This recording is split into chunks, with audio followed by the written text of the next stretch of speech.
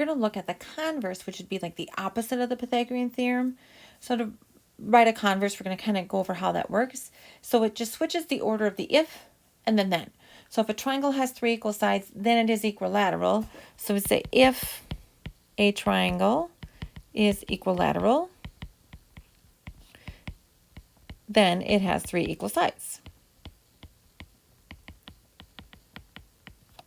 If a number is even, then it is divisible by 2, so we can flip it that if a number is divisible by 2, then it is even.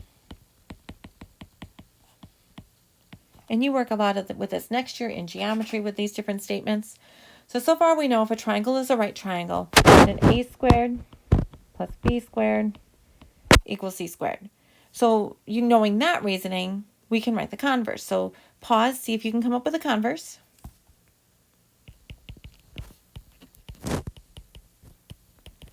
So if a squared plus b squared equals c squared, then the triangle is a right triangle.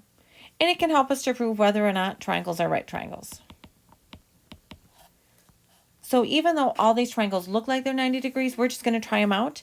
And I'm going to see if a squared plus b squared equals c squared.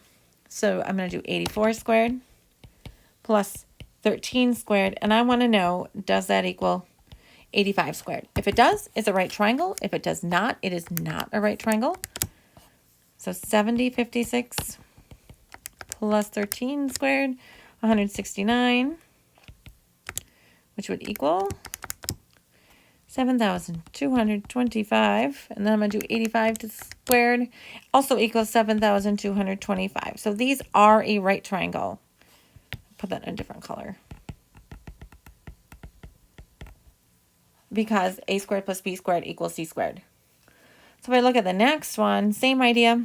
This would be my A, my B, my C. So 15 squared plus 12 squared. Does it equal 21 squared? So 225 plus 144, which equals 369. And then I'm going to put that question in there. 21 squared is 441. Those do not equal, so not a right triangle. Don't let the right triangle look fool you.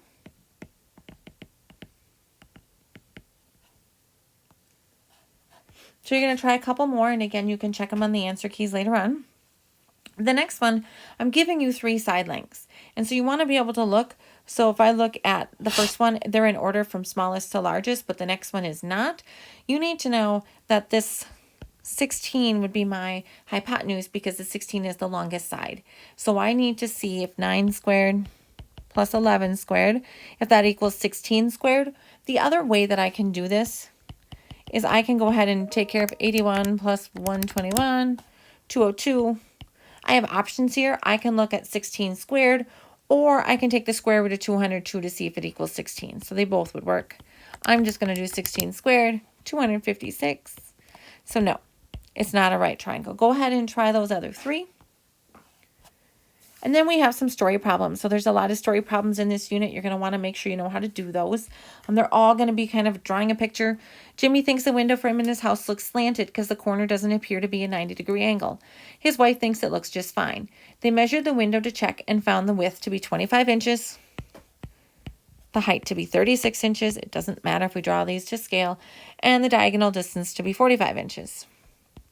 This is very much like your project. So you're going to have that project that we were working on, or if I've talked about it in class, that's what you're going to end up doing to your own items in your house. And we're going to figure out now, is this a right triangle? So is that work? 36 squared plus 25 squared. Does it equal 45 squared? And then you just type all those into the calculator.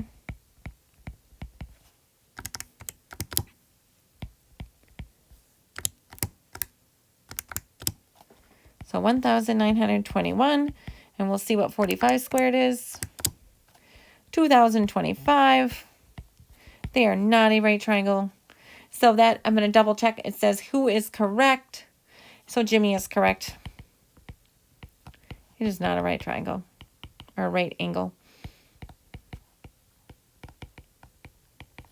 And then again, try the other two. Go ahead and check your answers with the correction or the correct piece.